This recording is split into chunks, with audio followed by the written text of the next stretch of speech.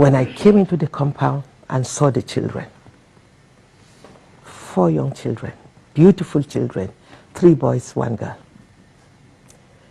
He had so hypnotized the children that they should not speak and they should never say anything that has been happening in the house. I came in with a crew, with all the directors from the ministry and the permanent secretary. And so sad. We did all we could. We met a friend of his there who has stationed himself to monitor what is happening, and the nanny that visits them to take care of the children. So when I was asking questions, the children, I saw that they were not forthcoming. And I now excused everyone out. I said I needed to have one-on-one with the children. So I sent all the children in. I asked the nanny to take them in. I started with the first son. I said, "Do you love your mommy?" He said, "Yes." "Has your mommy taught you to tell lies?" He said, "No." I said, "You know that, is she alive or dead?" He said, "She's dead." "You know that she's now your angel and she's watching you. She'll be very sad if you tell lies." I'm here. I introduced myself and I told him that the president is concerned, every Nigerian is concerned. We all join them to mourn Osinachi's death. But what we want from him is the truth. If they want us to help them, all I want from you is the truth. The boy adjusted his seat. He looked at me.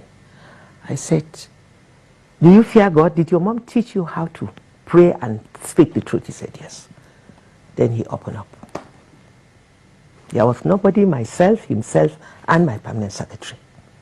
And thank God, my permanent secretary was recording everything. The boy now opened up and said that their dad used to beat their mom, and their mom was always sad. She would always sad and thinking he would beat her and fling her off.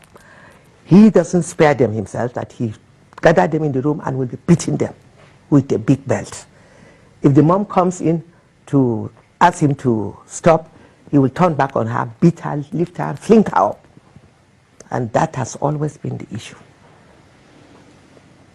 And that they are always scared, and that he doesn't go out, he's always in the home. It's the mom that runs around. She goes for her gospel music, bring back the money. In fact, if the money is paid through cash, through a bank account, it's paid to his account. She has no account of her own. Any cash she comes back with, he collects it. And he will give just a peanut to her for feeding. In fact, the boy said he eats more than them. He will give mommy small money, and when she cooks, the next minute he starts shouting and beating her, that he is always shouting. And their mom was living in fear, always sitting sad. Oh, it was such a horrible story to hear from a young boy of just 12. The eldest son is 12. And because of the trauma the children went through, I asked him which class he is. He's in class 5 at the age of 12. Why? He said he can't even read. A boy of 12 years can't even read. So mentally, this child is already destroyed. Retarded, yes. Completely. I was battling with tears. So when he finished, I asked him to move to the other side. I called the nanny to bring in the second child. The second son, wonderful, beautiful son, who is also gifted. Mm-hmm. I learned that he sings well. They mentioned it, so I asked him, I said, "Can you sing for me?" When he sang, you could hear his voice like an angel. The DPO had just come to do some investigation, and he met me there. We were all battling with tears. The DPO, a man, couldn't help his tears. The second son explained the same horrible situation that they've all been going through.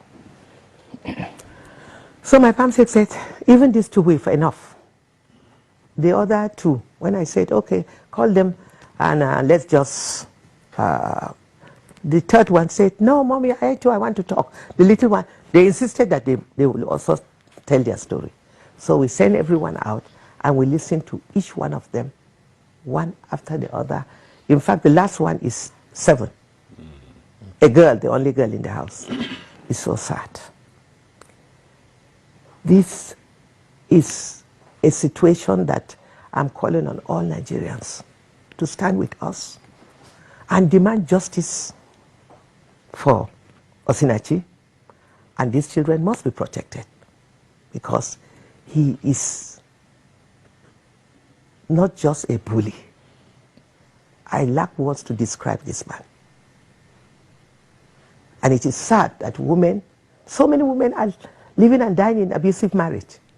This is one out of so many that we are hearing. He stopped her from communicating with the entire family. None of her brothers come to the house. None of her sisters come to the house.